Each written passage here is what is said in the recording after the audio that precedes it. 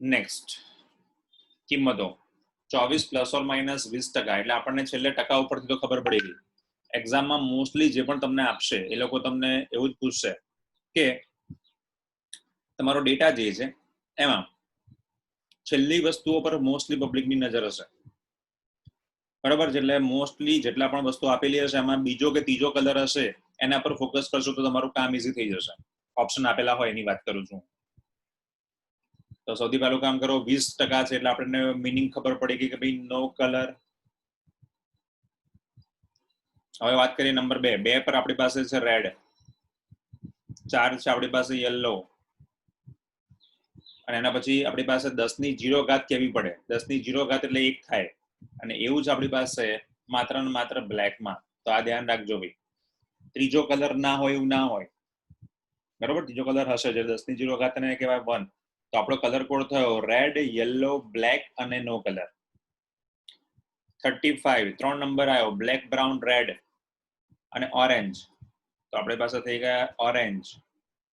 5 number છે એ છે આપણી પાસે ગ્રીન. 10 ની 7 ઘાત છે એટલે આપણી પાસે આવશે નીચેથી ગોઝ ટુ બોમ્બે એટલે વાયોલેટ. અને પ્લસ ઓર માઇનસ 10 કીધા છે, 10 એટલે આપણી પાસે થઈ જશે સિલ્વર. તો આ થઈ ગયું આપણી પાસે વાયોલેટ અને સિલ્વર. Next is silver. ચલો 4 નંબર. 4 નંબર પર આપણને ખબર છે બ્લેક, બ્રાઉન, રેડ, ઓરેન્જ અને ગ્રીન. ચલો ભાઈ 7 નંબર છે એટલે આપણી પાસે આવી ગયો વાયોલેટ એટલે જાંબલી. 10 ની 9 ઘાત એને કહેવાય વ્હાઈટ. 4 એટલે yellow sir. 4 black, brown, red, orange, yellow. હા ના 4 ઉપર યલો આવશે. હા યલો આવશે, બરોબર. યલો આવે યલો આવશે, યલો આવશે. એટલે 4 ઉપર આપણી પાસે અહીંયા આગળ આવશે યલો આવશે. અને કાઢીએ યલો મૂકીએ આપણે. તો આ થઈ ગયો આપણી પાસે એનો યલો ભાગ.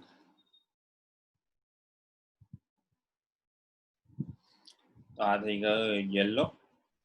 વાયોલેટ બરોબર છે, વ્હાઈટ પણ બરોબર છે, અને 10% છે એટલે આપણે કહી દઈએ સિલ્વર. 44 યલો, યલો 10 ની 4 છે એટલે ફરીથી યલો, અને પ્લસ ઓર માઇનસ 5% એટલે આપણે કહી દઈએ ગોલ્ડ.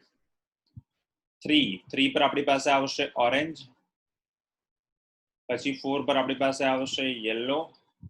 હવે જો 10 ની 1 ઘાત લખું અથવા તો 0 લખું, ત્રણ નંબર ભેગા થઈ ગયા છે ડાયરેક્ટલી. આ પહેલો, બીજો અને ત્રીજો. 10 ની 1 ઘાત હોવી જોઈએ એટલે 10 હોવા જોઈએ. તો બ્લેક, બ્રાઉન હોવો જોઈએ આપણી પાસે. તો બ્રાઉન, અને પ્લસ ઓર માઇનસ 10% એટલે આપણે થઈ ગયા સિલ્વર પર. તો આ થઈ ગયા આપણા અલગ અલગ કલર પ્રમાણના કોડ. તો કોઈ પણ કોડ બ્લેક ના આવે બ્રાઉન ની જગ્યાએ. 10 ની 0 ઘાત એટલે 1, બ્લેક અને 10 ની 1 ઘાત એટલે 10 કહેવાય. તો લે 34 ગુણ્યા 10 ની 1 ઘાત કેટલા થાય? ઓકે ઓકે ઓકે, બરાબર છે. આ પહેલામાં બી પૂછ્યું, પહેલામાં મેં, અને પછીનામાં પણ પૂછ્યું. જો પહેલામાં અહીંયા પૂછ્યું હતું મેં તમને લોકોને બ્લેક, બ્રાઉન, રેડ, બરાબર છે. એમાં થઈ ગયું તમારું.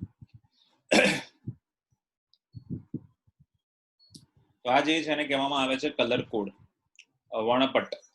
વર્ણપટના પતી ગયા પછી હવે આપણે જેની ચર્ચા કરી રહ્યા છે, તો આપણે ગઈકાલે એક સૂત્ર લઈને આવ્યા હતા સિગ્મા, જેને આપણે કહેતા હતા પૃષ્ઠઘનતા. સોરી, પૃષ્ઠઘનતા જેવું એટલે આપણે કહીએ છીએ એના માટે વાહકતા. સિગ્મા એટલે વાહકતા. તો વાહકતા માટે આપણે શબ્દ વાપરતા હતા સિગ્મા જે છે 1/ρ છે. એટલે એને કહેવામાં આવે છે અવરોધકતાનો વ્યસ્ત.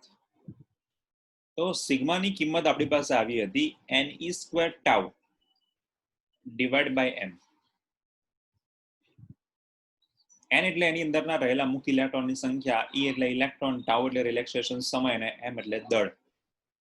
તો હું એવું ના લખી શકું કે ભાઈ ρ જે છે is equals two m/ne² tau. જો આવું કરો તો તમારું ઉદાહરણ પણ સોલ્વ થાય. તો ઉદાહરણ જે છે તમારું કદાચ 3.5 કેવું સમથિંગ છે, કે જ્યાં તમે લોકો સિગ્માની કિંમત છે, n છે, e છે, ટાઉ છે, એની કિંમતો મૂકીને વાહકતા અને અવરોધકતા બંને શોધી શકીએ છીએ. પણ આપણે એવું કહીએ કે અવરોધની વાત કરીએ. અવરોધ હતો તો આપણી પાસે મળી અવરોધકતા, અને અવરોધકતા નહીં હોય તો આપણને વાહકતા પણ નહીં મળે, તો આપણે કહી શકીએ વાહકતા. તો અવરોધ જે છે કોના વસ્તુ પર આધારિત હતો? તો અવરોધ હતો, આપણે સૌથી પહેલી વસ્તુ કહેતા હતા ધાતુની જાત પર. બીજાને કહેવામાં આવે છે પરિમાણ, એટલે કે અંદરની આંતર આણ્વીય રચના, અને ત્રીજાને કહેવામાં આવે છે તાપમાન. તો સૂત્ર ધ્યાન રાખજો.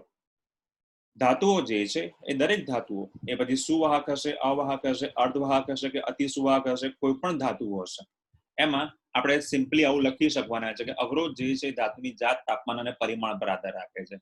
હવે ધાતુની જાત જે છે એમાં આપણે બે ભાગ કરીએ. એકને કહીએ છીએ આપણે સુવાહક, અને બીજો છે એના માટે અતિ સુવાહક.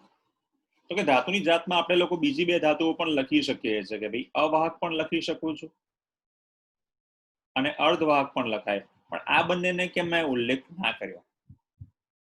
કારણ કે અવાહક જે છે એમાં ઓલરેડી આંતર આણ્વીય રચના એવી છે કે એમાં તાપમાન વધારો ઘટાડો કંઈ પણ કરો એ પોતે સામાન્ય તાપમાને અવરોધ છે.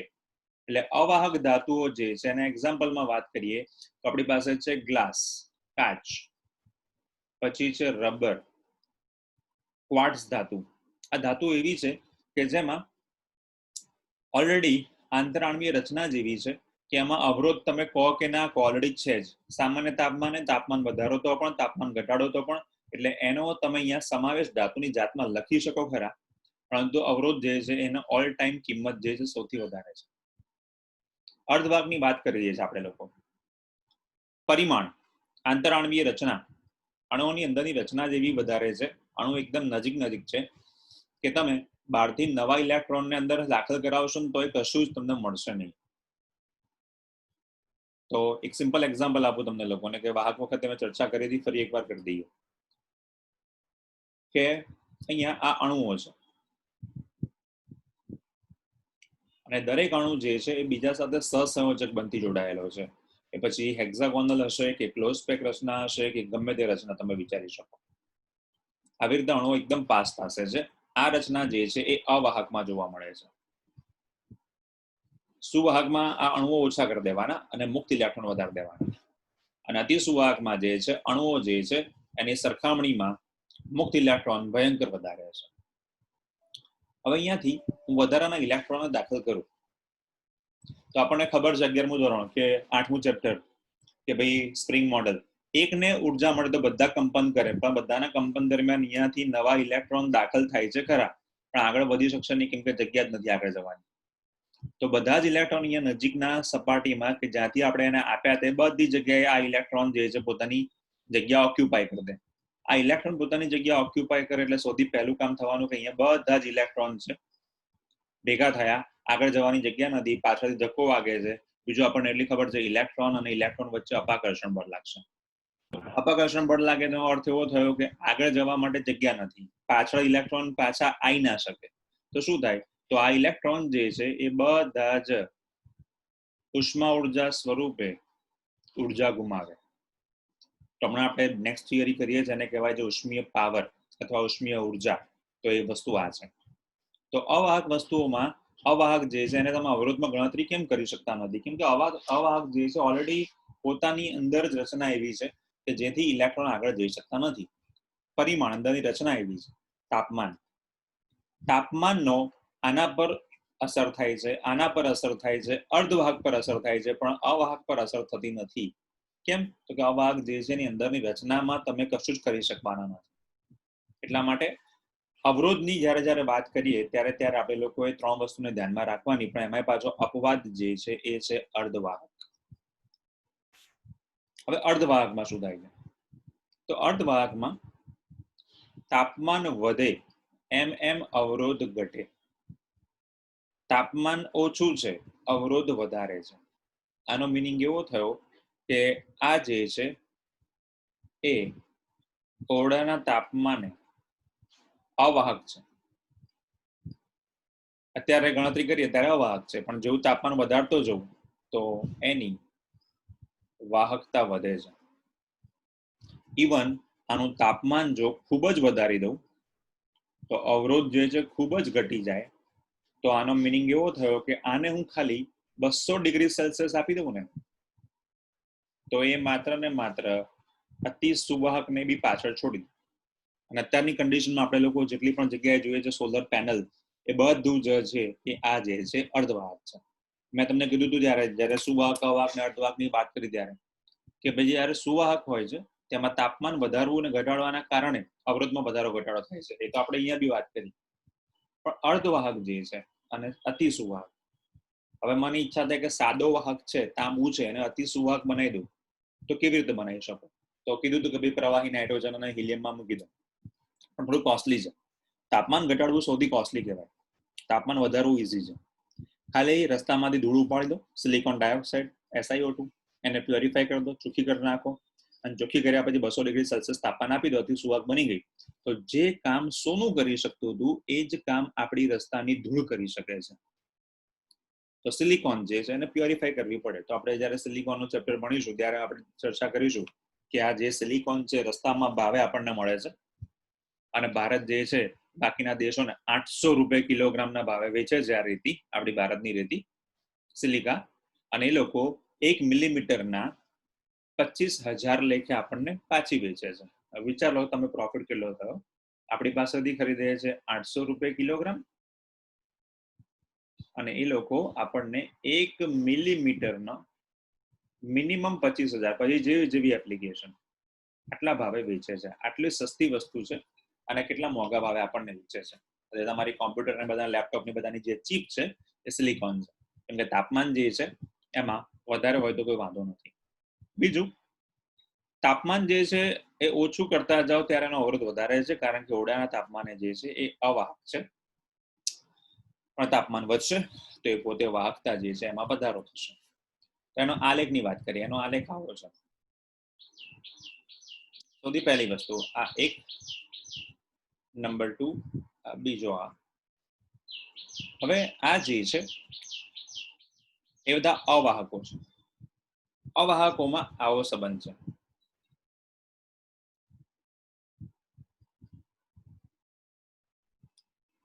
આ ઘટે છે. એટલે તમે જ્યારે જ્યારે તાપમાન વધારશો ત્યારે એમાં આ જે છે એ પ્રવાહ જે છે બરોબર છે એમાં ઘટાડો થતો જશે, વધારો થતો જશે. એ આપણે આના પરથી કહી શકીએ. બીજું કે આપણે એવું પણ કીધું હતું કે અર્ધવાહકો જે છે એ ઓહમના નિયમને અનુસરતા નથી, કેમ કે આલેખ જે છે 1/r પ્રમાણે ઘટે છે, અંતર પ્રમાણે ઘટે છે. અને 1/r ના કેવું હોય તો તાપમાનનો સંબંધ જે છે વ્યસ્તનો છે, તો 1/t કહી શકો. તો ઓહમના નિયમનું પાલન થતું નથી. તો આપણને યાદ આવે ઓહમના નિયમમાં આપણે બોલતા હતા કે શું હોવું જોઈએ? સુરેખ હોવો જોઈએ. શું હોવું જોઈએ? એક રેખા પર હોવું જોઈએ. જો નથી તો ઓહમના નિયમનું પાલન ના થાય. તો સેમ વસ્તુ અહીંયા રહી, ઓહમના નિયમનું અહીંયા પાલન થતું નથી. તો આ થઈ ગઈ આપણી સૌથી પહેલી રચના, તેને કહેવાય છે અર્ધવાહક. તેના માટે ઇમ્પોર્ટન્ટ પોઈન્ટ હતો કે ભાઈ તાપમાન, તો બે જ વસ્તુઓ બાકી રહી ગઈ કે સુવાહક છે, તાપમાન વધારો તો સુવાહકતા ઘટે, તાપમાન વધારો તો અતિ સુવાહકતા પણ ઘટી જાય. તાપમાન ઘટાડો છો તો સુવાહક જે છે એને અતિ સુવાહક તમે બનાવી શકો છો. હવે એનો સંબંધ છે કે ભાઈ તાપમાન સાથે સંબંધ ધરાવે છે તો શું છે? તો કે સુવાહકની વાત કરીએ, કેમ કે એને જ હવે લાગુ પડે એવું છે આપણી પાસે. તો 11મું ધોરણનું થર્મોડાયનેમિક્સનું ચેપ્ટર જે છે એની આપણે ચર્ચા કરીએ તો એને કહેવામાં આવે છે R બરાબર તો R0 1 + alpha theta minus theta 0. આવું યાદ ના રાખવું હોય તો હું બીજું એક સૂત્ર તમને કહું છું, એ યાદ રાખવું સૌથી ઈઝી બનશે. R = R0 1 + alpha theta 2 minus theta 1. હવે આ R જે છે એને કહેવાય છે અવરોધ. R0 ને કહેવામાં આવે છે નિરપેક્ષ શૂન્ય તાપમાને અવરોધ. શું છે સમજાવું છું.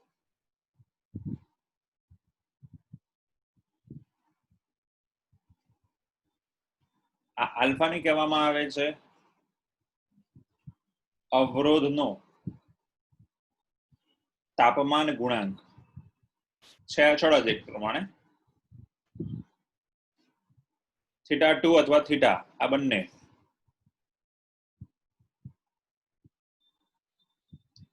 આને કહેવામાં આવે છે અંતિમ તાપમાન. અને આ જે છે બંને થીટા અને θ1 એને કહેવામાં આવે છે પ્રારંભિક તાપમાન. તો પ્રેક્ટિકલ છે કે તમારે શું કરવાનું, પ્રેક્ટિકલમાં એક સામાન્ય રીતે વાહકની પટ્ટી લેવાની. દાખલા તરીકે આપણે લઈએ છીએ કોપરની પટ્ટી, અને આ પટ્ટીને અહીંયાથી તમારે વોલ્ટેજ આપવાના, અને તમારે અહીંયા આગળ મીટર મૂકી અને માપી લેવાનું કે ભાઈ આ જે છે એનો પ્રવાહ કેટલો છે, અવરોધ કેટલો છે. પ્રવાહ અને વોલ્ટેજ આપણે વોલ્ટેજ આપેલા છે, પ્રવાહ મળી જશે તો અવરોધ મળી જશે. તો એ જે અવરોધ મળે છે એને કહેવાય છે શરૂઆતનો અવરોધ. નિરપેક્ષ શૂન્ય તાપમાને અવરોધ એટલે કે ઓરડાના તાપમાને અવરોધ અથવા તો રેફરન્સ અવરોધ. અત્યારે ઓરડાનું તાપમાન 35 ડિગ્રી સેલ્સિયસ છે, તો હું R0 જગ્યાએ લખી નાખું કે ભાઈ 35 ડિગ્રી સેલ્સિયસ તાપમાને અવરોધ કેટલો છે. દાખલા તરીકે મને મળ્યો 40 ઓહ્મ. તાપમાન શરૂઆતનું કેટલું થયું, તો θ0 અથવા θ1 એટલે 35 ડિગ્રી લખી નાખ્યા. આટલું કામ પતી ગયું. હવે આ કોપરની પટ્ટી જે છે એને હું વ્યવસ્થિત ગરમ કરું. દાખલા તરીકે ગરમ કર્યા ત્યારે તાપમાન મેં આપ્યું એને 100 ડિગ્રી સેલ્સિયસ. ઓકે, લખી નાખો 100. અને ફરીથી 100 ડિગ્રી ગરમ થઈ ગયું મસ્ત, ફરીથી એને કનેક્ટ કરો આપણી પાસે વાયર, અને ફરીથી એનો અવરોધ માપી લો, તો એને કહેવાય અંતિમ અવરોધ. ત્યારે મને મળ્યો અવરોધ દાખલા તરીકે 500. તો આ જે છે દાખલાઓ એમાં આપણે આવી રીતે કરીશું કે આ અંતિમ તાપમાન જે રાખ્યું હોય ત્યારે અવરોધ કેટલો આવ્યો, R0 એટલે તમે જ્યારે પ્રેક્ટિકલની શરૂઆત કરી ત્યારે અવરોધ કેટલો હતો, θ2 અંતિમ તાપમાન 100, પ્રારંભિક તાપમાન 35, બંને વચ્ચેનો ફેરફાર એટલે 65, અને આલ્ફા એટલે તાપમાન ગુણાંક. તો એનું સોલ્યુશન સીધે સીધું સૂત્ર લખું છું. એનું સોલ્યુશન કરતી વખતે એવું ધ્યાન રાખજો કે કામ ઈઝી થાય આપણું. સૌથી પહેલા એક સૂત્ર લખી નાખું છું, પછી આપણે એનું સોલ્યુશન કરીએ. R બરાબર સૂત્ર છે આપણું ρl ભાગ્યા A. આપણે એવું શીખ્યા છે તાપમાન વધતા લંબાઈમાં ફેરફાર થાય છે, પણ લંબાઈનો ફેરફાર એટલો બધો આપણે અહીંયા જોવાનો નથી. તો R ની જગ્યાએ મૂકી દઉં છું ρl ભાગ્યા A, અને R0 ની જગ્યાએ મૂકી દઉં છું ρ0 L ભાગ્યા A. મૂકી દો કિંમત, સૂત્ર પહેલા લખીએ છે R બરાબર R0 1 plus alpha θ minus θ0. R ની કિંમત લખી નાખો છો ρl ભાગ્યા A, R0 ની કિંમત છે ρ0 L ભાગ્યા A 1 પ્લસ આલ્ફા θ માઇનસ θ0. ચલો ભાઈ, રિવાજ પ્રમાણે આપણને દેખાય છે કે કંઈક જાય એવું દેખાયું, L અને A જાય એવા છે. તો સૂત્ર હવે આપણે આના ઉપરથી આવું બનાવી શકીએ, ρ બરાબર તો ρ0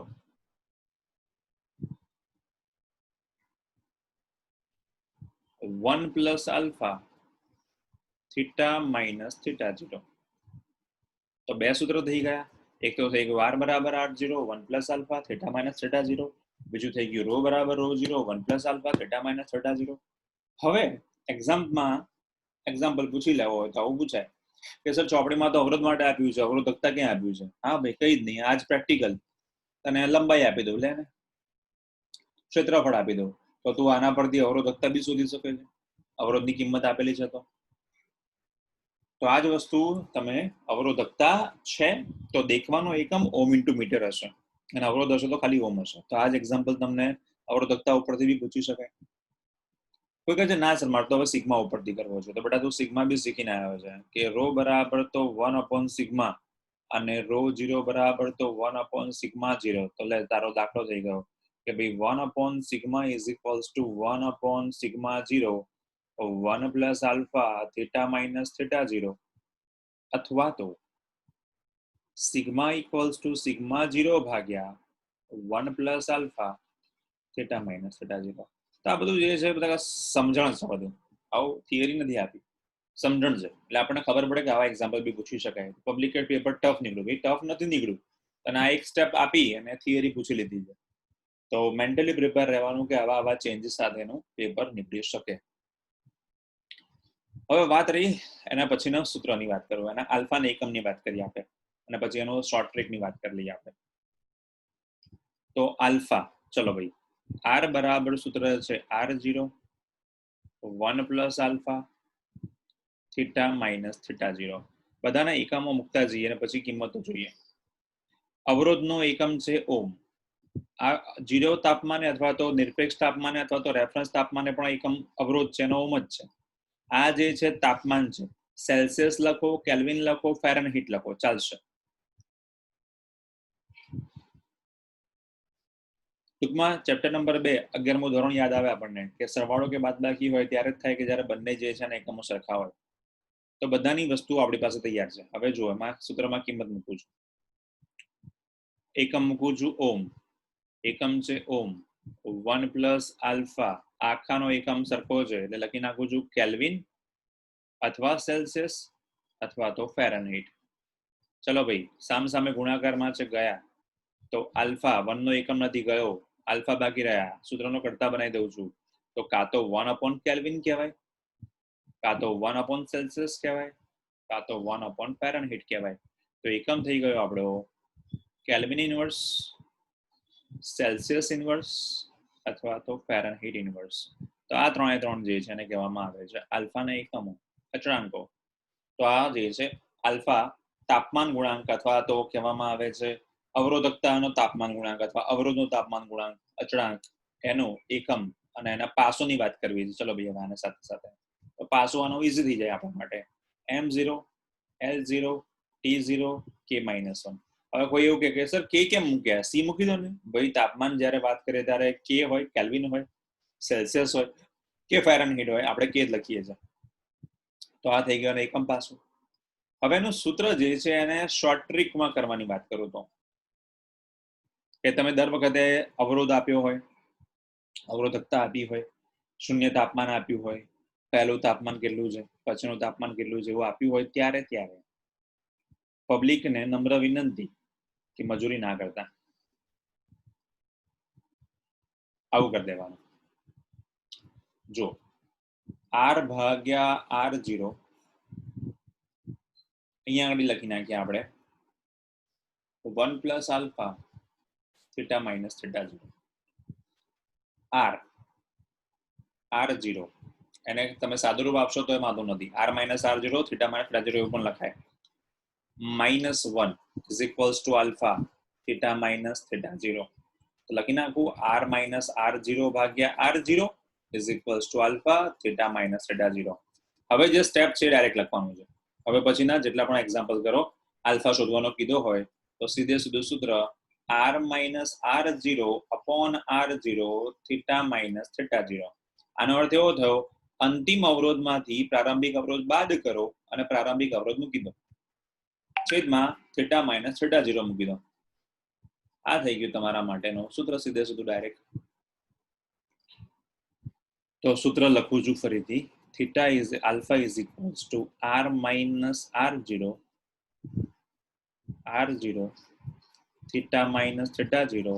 કોઈ કહેશે કે સર r જે છે એને તો કહેવાય અંતિમ અવરોધ, r0 ને કહેવાય પ્રારંભિક અવરોધ, r0 ને કહેવાય પ્રારંભિક અવરોધ, અંતિમ તાપમાન, પ્રારંભિક તાપમાન. લે ભાઈ, કિંમત મૂક, આન્સર લાવ. આખું સાદુરૂપ આપવા જવાની જરૂર નથી. બીજી એક વસ્તુ કહું તમને, જેડબલ્યુ વાળા જે છે ને થોડા હોશિયાર લોકો છે, પણ આપણે એને થોડો બુદ્ધિનો ઉપયોગ કરીએ તો આટલું કોઈ દેખે છે ને તેને મગજમાં વિચાર આવે છે કે સર આપણે સરખામણી કરીએ સાપેક્ષ, અથવા તો 11મા ધોરણનું ચેપ્ટર આવ્યું એને કહેવાય પ્રતિશત. પર્સન્ટેજનો મિનિંગ એવો થાય કે પહેલા બંનેનો ફેરફાર હોય અને નીચે ઓરિજિનલ હોય ગુણ્યા 100%. તો હું તમને એમ કહું કે ભાઈ અવરોધમાં 25% ફેરફાર થાય છે તો ખાલી આખી કિંમત જે છે એને 25% કહી દીધી તમને. ખાલી તમારે કરવાનું શું છે, છેદમાં થીટા 2 માઇનસ થીટા 1. ટકાને સામાન્યમાં ફેરવી દઈએ 0.25 ભાગ્યા થીટા 2 માઇનસ થીટા 1. તો ટકામાં આપ્યું હોય તો એનો અર્થ એવો થયો કે r2 minus r1 upon r1 કિંમત કરીને તમને આપી દીધી ભાઈ. ખબર પડે છે શું કહું છું? તો આ જે છે ધ્યાનમાં રાખજો જેડબલ્યુ વાળા કે નીટ વાળા, તમે જ્યારે એક્ઝામમાં જાઓ ત્યારે કે અવરોધકતાનો તાપમાન ગુણાંક જે છે એ અવરોધ 25% છે, તાપમાન પ્રારંભિક અને અંતિમ આપેલા છે. ત્યારે પબ્લિક કન્ફ્યુઝ થશે કે સર આ દાખલાઓમાં તો ક્યાંય પ્રતિશત વાળો દાખલો જ નહીં કર્યો, આપણે થિયરી જ નહીં કરી. તો આ સામાન્ય બુદ્ધિ વાપરવાની જો હોય તો r2 માઇનસ r1 ની કિંમત મૂકી દો જે આપણને ટકામાં આપી દીધી છે. તો પ્રતિશતનો અર્થ આવો થાય. r2 માઇનસ r1 ને કહેવાય ફેરફાર, ડેલ્ટા r ભાગ્યા ઓરિજિનલ પહેલો ગુણ્યા 100%. એટલે તને ટકામાં ડાયરેક્ટ ડેટા આપી દીધો છે, ખાલી છેદમાં તાપમાન મૂકી દે તફાવત મૂકી દે, કામ પૂરું થઈ ગયું તારું. તો આ જે છે આલ્ફાના અલગ અલગ સંબંધો છે. એટલે સુધી પબ્લિકને ખબર છે, ક્લિયર છે? ડાઉટ હોય તો બોલો. કન્ફર્મ? કોઈ ડાઉટ નથી? ખબર પડી છે કે તો આ જે છે ને સૂત્ર એ ઓલવેઝ યાદ રાખવાનું છે. R2 R1 એટલા માટે લખું છું કેમ કે તમે જેટલા પણ ઉદાહરણ લખશો ને એમાં R0 આવશે ને એટલે પબ્લિકને કન્ફ્યુઝન થશે. ચાલો R0 કરો. R0 નું મિનિંગ થાય શૂન્ય તાપમાને અથવા નિરપેક્ષ તાપમાને. હવે હું એમ કહું કે હું પ્રેક્ટિકલ 35 ડિગ્રી સેલ્સિયસ તાપમાને કરું છું અને પછી 100 પર લઈ ગયો, તો એ વખતે R0 ની કિંમત થઈ ગઈ 35 ડિગ્રી સેલ્સિયસ તાપમાન. તો એ વખતે તમારે R0 ની જગ્યાએ લખવાના R35 અથવા તો પહેલું જે હોય R1. તો તમારી કન્વીનિયન્સી પ્રમાણે લખી શકો છો. એટલે ઇન શોર્ટ એવું યાદ રાખવાનું, પહેલો હોય એ તાપમાન θ1 એ અવરોધ R1, છેલ્લો છે એ તાપમાન જે છે θ2 અને પહેલું છે R2. R0 R1 અથવા તો R0 R રાખશો તો થોડું કન્ફ્યુઝ થશો. ક્લિયર છે એટલે સુધી? હવે આપણે કરીએ છીએ એના સૂત્ર તો મળી ગયું આપણને. હવે વાત કરીએ છીએ પાવરની. ચલો ભાઈ, હવે પાવર જે છે એની મેં થોડી ચર્ચા અહીંયા કરી લીધી છે. ઉષ્મા ઉર્જા સ્વરૂપે પાવર જે છે ગોઠવાયેલો છે. હવે પાવર જે છે એની થોડી 10મા ધોરણની કોઈ મને વ્યાખ્યા કહી દે તો થોડી મજા આવી જાય. બોલો ભાઈ, પાવર બોલો. પાવર પાવર 10મું ધોરણ બોલો, 11મું ધોરણ બોલો, જે યાદ હોય બોલો. કામ કરવા માટે વપરાતી ઉર્જા. હા, બહુ સરસ. 11મું ધોરણ આવી ગયું. કાર્ય કરવા માટેની ક્ષમતા, કાર્ય ભાગ્યા સમય એને કહેવાય પાવર. વોટ. ચલો ભાઈ, પહેલી વ્યાખ્યા આવી. કાર્ય કરવાનો દર. બીજી તમને લોકોને આપણે જેની વાત કરી રહ્યા છે એને કહેવામાં આવે છે ઇલેક્ટ્રિકલ પાવર. એકમ બંનેના સરખા છે. આનો એકમ પણ આપણી પાસે હતો જૂલ પ્રતિ સેકન્ડ, એટલે આપણે એને કહેતા હતા વોટ. અહીંયા પણ આપણે કહી શકીએ છીએ જૂલ પ્રતિ સેકન્ડ વોટ. અથવા તો આપણી પાસેના સૂત્રોની વાત કરીએ. હવે power P is equals two VI, એટલે બીજો એકમ આવ્યો. હવે તો એને કહેવાય વોલ્ટ ઇન્ટુ એમ્પિયર. એકમ નંબર 1. રિવાજ એવો છે કે V બરાબર તો IR. ચલો ભાઈ, તો P બરાબર I²R. એટલે લખી શકો આપણે એમ્પિયર નો સ્ક્વેર ઇન્ટુ ઓમ. લખી નાખીએ ઓમ ઇન્ટુ એમ્પિયર નો સ્ક્વેર. હવે અહીંયા આપણી પાસે જે પણ વસ્તુ મળે છે એ ઉષ્મા ઉર્જા સ્વરૂપે ઉર્જા વેડફાય છે. તો લખીએ છે ઉર્જા એ ઉષ્મા ઉર્જા સ્વરૂપે વેડફાય છે. તો એના માટે આપણે શબ્દ વાપરીએ છીએ H બરાબર I²RT. હવે જોજો, હવે ખાલી એક તફાવત છે. ખાલી પાવરને શું કહેવામાં આવે? કાર્ય ભાગ્યા સમય. ચલો, તો પાવરની જગ્યાએ લખી નાખું છું કાર્ય ભાગ્યા સમય ઇઝ ઇક્વલ્સ ટુ આપણે શું લખીને આયા અહીંયા I²R. અહીંયા R ની જગ્યાએ સ્મોલ r કેમ લખવું જોઈએ હમણાં આપણે બીજામાં જોઈએ છે કેમ કે બહુ લાંબી ચર્ચા છે. પાવર કેમ આંતરિક અવરોધ માટે લખીએ છીએ આપણે? તો સમયને લખાય, કાર્યનો એકમ છે જૂલ.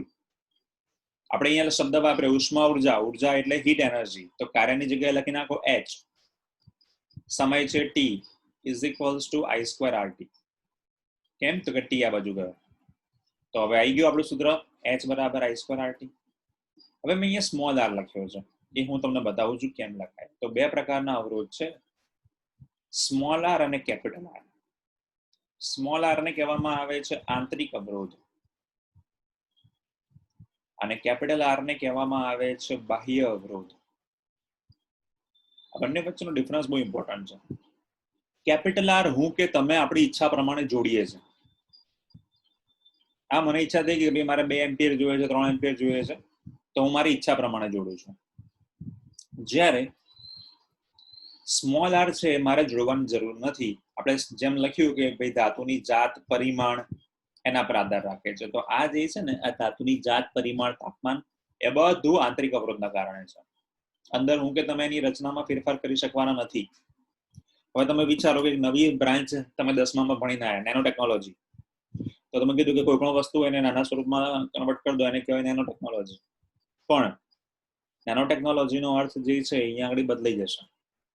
તો કોઈ પણ વસ્તુ તમે ભવિષ્યમાં જ્યારે પણ ઉપયોગ કરશો ત્યારે તમે કહી શકવાના નથી કે ભાઈ બાહ્ય અવરોધ જે છે હું જોડવાનો છું, આંતરિક અવરોધ તો અંદરના અણુઓ બદલી નાખું, માઇક્રોમાં કરી નાખું, નેનોમાં કરી નાખું એટલે આંતરિક અવરોધ પણ બદલાઈ જાય. એ આપણા માટે સૌથી મોટી સમસ્યા છે. એટલે નેનો ટેકનોલોજી વાળા કે ભાઈ કોઈ પણ વસ્તુ નાની કરી દીધી પણ એનાથી તમારા અવરોધમાં ઘટાડો કરી શકવાના હોય તો ઇલેક્ટ્રિકલ એન્જિનિયરિંગમાં, ઇલેક્ટ્રોનિક્સમાં આપણે એનો ઉપયોગ કરીએ, અધરવાઇઝ આપણા ઉપયોગમાં નથી.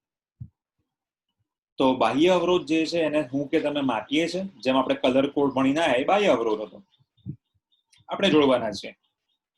બીજો હમણાં આપણે અવરોધ શીખીએ છીએ એને કહેવાય છે ચલિત અવરોધ. ત્રીજોને કહેવામાં આવે છે રિયોસ્ટેટ. ચોથાને કહેવામાં આવે છે વિસ્ટન બ્રિજ, મીટર બ્રિજ. આ બધા એના અલગ અલગ પ્રકાર છે. પણ આંતરિક અવરોધ જે છે માત્ર ને માત્ર એક જ છે કે જેમાં હું કે તમે કોઈ પણ પ્રકારનો ફેરફાર કરી શકતા નથી. ખાલી બંને વચ્ચે એક જ સમાનતા છે જેને કહેવાય છે ઓમ, એકમ સરખો છે ખાલી. તો હવે નેક્સ્ટ લિંકમાં તમને લોકોને આપણે આંતરિક અવરોધ શું છે, કેવી રીતે ઉત્પન્ન થાય છે એની ચર્ચા કરીએ અને પછી બંને વચ્ચેના ડિફરન્સ અને એકમોના સૂત્રની આપણે ચર્ચા કરી લઈએ. બીજી લિંક મોકલું છું.